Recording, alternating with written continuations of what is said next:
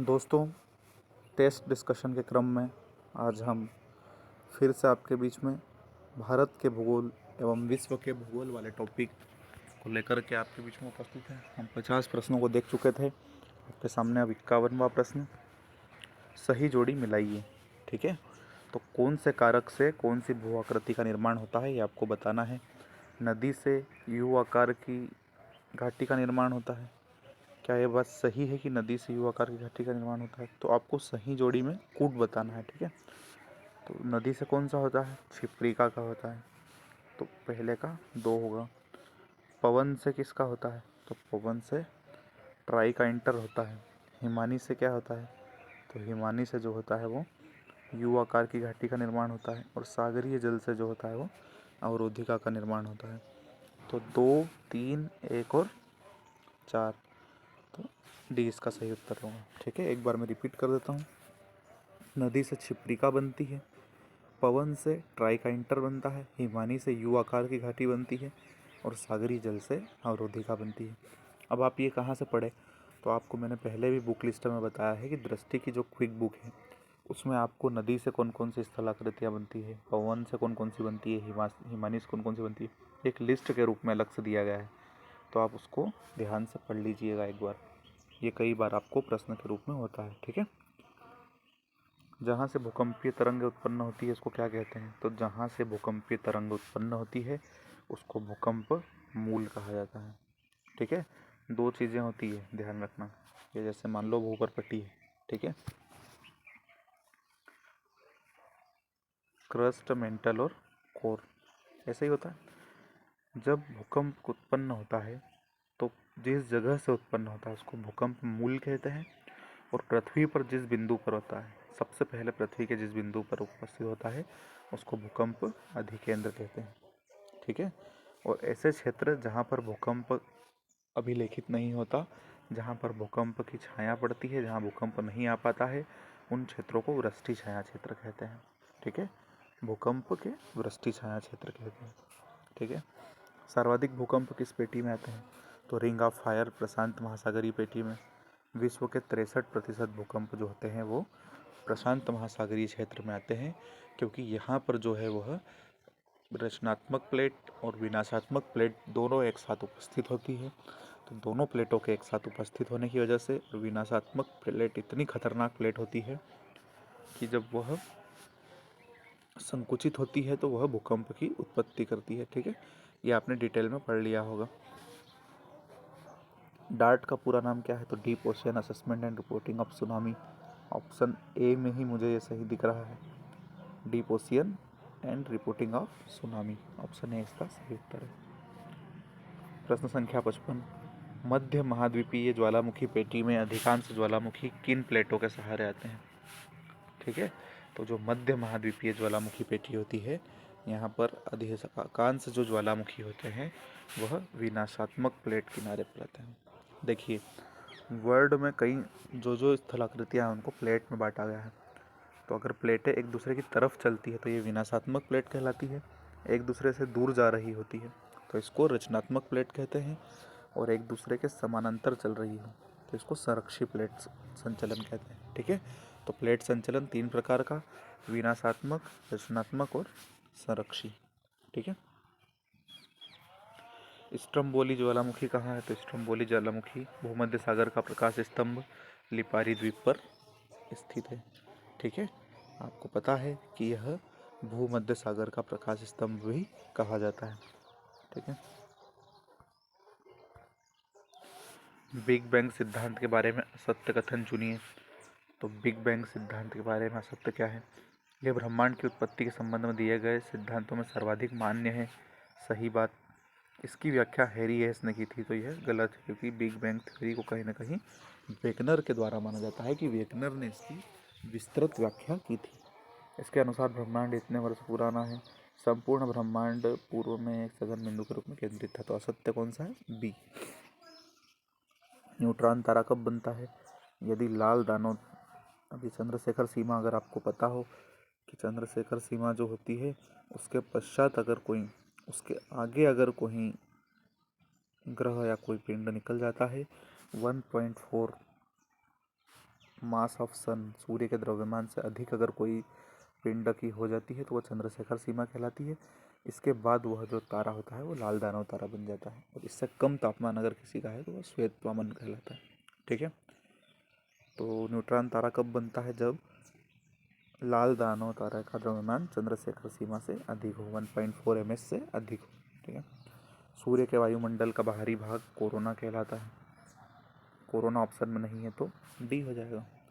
ठीक है, पार्थिव ग्रहों में कौन सा शामिल है? तो आपको पता होना चाहिए पार्थिव ग्रह कौन कौन से हैं। पार्थिव ग्रहों में बुध, शुक्र, मंगल, पृथ्वी, ये 4 जो ग्रह है, बुध, शुक्र, पृथ्वी और मंगल, ये पार्थिव ग्रह है। और बृहस्पति, शनि, अरुण, वरुण जो है यह बाह्य ग्रह है। तो पार्थिव ग्रहों में शुक्र शामिल है। ठीक है, बुध ग्रह के संदर्भ में कौन सा कथन असत्य है? यह सूर्य के सबसे नज़दीक है तो सत्य है। यह दूसरा सबसे छोटा ग्रह है तो गलत ही है। सबसे छोटा ग्रह यही है। नेपच्यून को हटा दिए जाने के बाद सबसे छोटा ग्रह जो बचा है वह बुध है। इसका तापांतर सर्वाधिक है और उपग्रह विहीन ग्रह है, ये सही है। बुध और शुक्र दो ऐसे हैं जो उपग्रह विहीन ग्रह होते हैं। ठीक है, किस ग्रह को प्रेशर कुकर कहा जाता है? तो प्रेशर कुकर जिसका सबसे ज़्यादा तापमान होगा। तो यहाँ पर जो शुक्र होता है, शुक्र का ऑप्शन में नहीं दिया गया इसलिए इनमें से कोई नहीं। शुक्र ग्रह जो है वह प्रेशर कुकर कहा जाता है, क्योंकि इसका तापमान इतना अधिक हो चुका है कि यहाँ पर कार्बन डाइऑक्साइड और अन्य गैसों का सांद्रण बहुत अधिक बढ़ गया है, इसलिए इसको प्रेशर कुकर ग्रह कहा जाता है। ठीक है, एक प्रकाश वर्ष में कितनी दूरी होती है, कितनी लंबाई होती है? तो 9.46 इंटू 10⁻12। एसएससी का बहुत फेमस क्वेश्चन, प्रकाश वर्ष किसकी इकाई है? तो प्रकाश वर्ष दूरी मापने की इकाई होती है। दूरी मापने की सबसे बड़ी इकाई कौन सी होती है? प्रकाश वर्ष। 9.46 इंटू 10⁻12। ठीक है, अब आपको खगोलीय अभियान बताना है कि इस देश का कौन सा खगोलीय अभियान है। अपोलो का, अपोलो जो है वह किसका है? तो अपोलो आप जानते हैं कि यह यूएसए का है। हायबुसा जापान का है। चांगाई चीन का है। नाम से आप देख सकते हैं। रोसेंटा जो है वो यूरोपीय अंतरिक्ष एजेंसी यूएसए का है, आरएसए का है। ठीक है, तो अपोलो जो है वह यूएसए का है। अपोलो अंतरिक्ष अभियान अमेरिका का है। हायबुसा जापान, चंगाई चाइना और रोसेंटा यूरोपीय अंतरिक्ष एजेंसी। तो इसका होगा 1 3 2 4 सी में है। ठीक है, निम्नलिखित में से किसका पृथ्वी की अक्षीय झुकाव के साथ परिक्रमण गति से संबंध है? तो पृथ्वी की परिक्रमण गति से कौन सी घटना होती है? तो ऋतु का परिवर्तन भी होता है, दिन रात का छोटा बड़ा होना, ध्रुवों पर 6 माह के दिन और रात होना, ये सभी होते हैं। तो इसका डी उत्तर सही हो जाएगा। पृथ्वी की परिक्रमण गति और एक होती है पृथ्वी की कक्षीय गति। ठीक है, पृथ्वी का अपने अक्ष पर परिक्रमा करना और पृथ्वी का सूर्य की कक्षा में, सूर्य के चारों ओर गति करना। ठीक है, तो एक परिक्रमण गति होती है और एक परिभ्रमण गति होती है। ठीक है, दक्षिणी गोलार्ध का सबसे छोटा दिन कब होता है?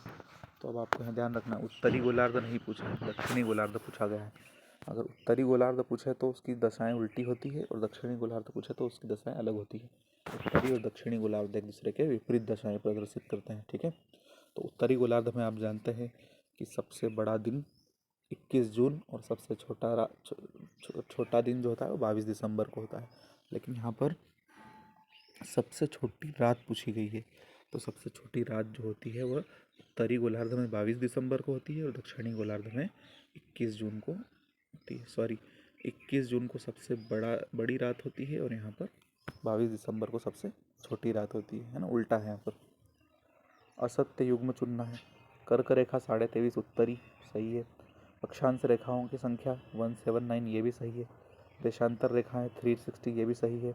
लेकिन आर्कटिक व्रत जो होता है वो 66.5 डिग्री जो होता है नॉर्थ में होता है, उत्तरी होता है। ठीक है, 90 डिग्री उत्तरी नहीं होता। तो डी आपका यहाँ पर असत्य हो जाएगा। अब देखिए अक्षांश देशांतर रेखाएं क्या होती है। तो ये मान लो हमारा विश्व पूरा वर्ल्ड का मैप है, ग्लोब है। तो जो ये आड़ी आड़ी लाइनें जो होती है, जिसको हम 1 डिग्री 2 डिग्री 3 डिग्री कहते हैं, ये जो होती है अक्षांश रेखाएं हैं। तो ये 179 है। और खड़ी लाइनें जो होती है, ऊर्ध्वाधर जो रेखाएं हैं, ये क्या कहलाती है? ये हमारी देशांतर रेखाएं कहलाती है। ठीक है। डायनासोर का अंत किस काल में हुआ? तो आपके जो है वह ज्योग्राफिकल समय सारणी है उससे प्रश्न दिया गया है। तो इसका उत्तर होगा पेलियोसिन युग। पेलियोसिन युग में डायनासोर का अंत हुआ। और जुरासिक युग इनका सबसे उदय का काल था, मतलब जुरासिक युग में इनका फलना फूलना जो हुआ वो जुरासिक युग में हुआ।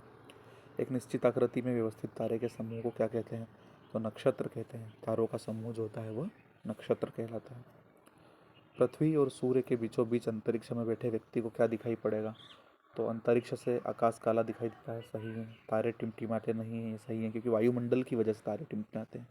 और अंतरिक्ष में वायुमंडल नहीं है, इसलिए वहाँ पर तारे टिमटिमाते हुए दिखाई नहीं देंगे। अंतरिक्ष के बाहर का ताप पृथ्वी के ताप से कहीं अधिक है, तो गलत। पृथ्वी का ताप अधिक होता है। तो 1 और 2 सही हो जाएगा। यदि दो स्थानों के बीच 90 डिग्री देशांतर का अंतर है तो इन स्थानों में कितना समय अंतर होगा? तो आप यहाँ पर समझ लीजिए, अगर किसी स्थान का 1 डिग्री का अंतर है तो वह 4 मिनट के अंतर पे आएगा। ठीक है। 1 डिग्री जो होता है वह 4 मिनट के बराबर होता है। तो यहाँ पर 90 डिग्री दिया गया है, तो 90 डिग्री किसके बराबर हो जाएगा? 360 मिनट। और 360 मिनट 6 घंटे के बराबर होता है। तो इसका सही उत्तर कितना हो जाएगा?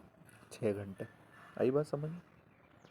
1 डिग्री का अंतर हो तो 4 मिनट का अंतर हो जाएगा। ठीक है। पूर्वी सूर्य की स्वामिनी किस देश को कहते हैं? तो पूर्वी सूर्य की जो स्वामिनी होती है, देखिए अगर इस तरह के प्रश्न अगर आते हैं आपको, तो आपको ये ध्यान रखना है कि कुछ प्रश्न नहीं भी आते हैं तो आपको घबराना नहीं है, क्योंकि 20 प्रश्न आपको ऐसे है, अगर आपको 80 का आपका टारगेट है तो 20 प्रश्न ऐसे भी होंगे जो आप गलत कर सकते हैं। आप 100 में से 100 का टारगेट लेकर मत चलिए, क्योंकि आप वहाँ पर जा कर के घबरा जाएंगे। तो 80 के टारगेट में आपके लिए बहुत इंपॉर्टेंट है कि आप ऐसे कठिन प्रश्न या ऐसे प्रश्न जो आपने कभी नहीं पढ़े हैं इनको लेकर के बिल्कुल नॉर्मल रहें, हाइपर नहीं होंगे। ठीक है। पूर्वी समुद्र की स्वामिनी जो है वो श्रीलंका को कहा जाता है। ठीक है। क्योंकि हिंद महासागर में जलीय परिवहन के लिए बहुत महत्वपूर्ण है और हिंद महासागर का एक द्वीपीय देश भी है। ठीक है। अब धाराओं के बारे में बताना है, कौन सी सुमेलित नहीं है। ठीक है। ब्राज़ील की धारा अगर आप मैप देखेंगे तो अटलांटिक महासागर में, सही बात है, दक्षिण अमेरिका का देश है ये। हम्बोल्ट की धारा, तो हम्बोल्ट की जो धारा है यह गलत है, क्योंकि यह हम्बोल्ट की जो धारा होती है वह अटलांटिक महासागर में होती है। ठीक है। गल्फ स्ट्रीम उत्तरी अटलांटिक, सही है, ये अमेरिका के किनारे बहती है। और अगुलास जो है वह हिंद महासागर में, ये भी सही है। तो 20 का उत्तर सही हो जाएगा हम्बोल्ट। ठीक है। पेरू या हम्बोल्ट की जो धारा है वह उत्तरी अटलांटिक से संबंधित है। किस झील में सर्वाधिक लवणता पाई जाती है? तो वॉन झील में सबसे अधिक लवणता पाई जाती है। इसके बाद साल्ट लेक और इसके बाद मृत सागर। ठीक है। वॉन झील तुर्की में है, ये भी आप याद रख सकते हैं। 75वां प्रश्न सत्य युग में चुनना है। प्रशांत महासागर, प्यूर्टो रिको गर्त, क्या ये बात सही है? तो यह गलत है, क्योंकि प्रशांत महासागर जो है वह मेरियाना ट्रेंच, और अटलांटिक महासागर का प्यूर्टो रिको गर्त, और आर्कटिक महासागर की यूरेशियन गर्त, और हिंद महासागर का जावा गर्त। तो सत्य युग में कौन सा है? हिंद महासागर में जावा गर्त है। ठीक है। Thank you.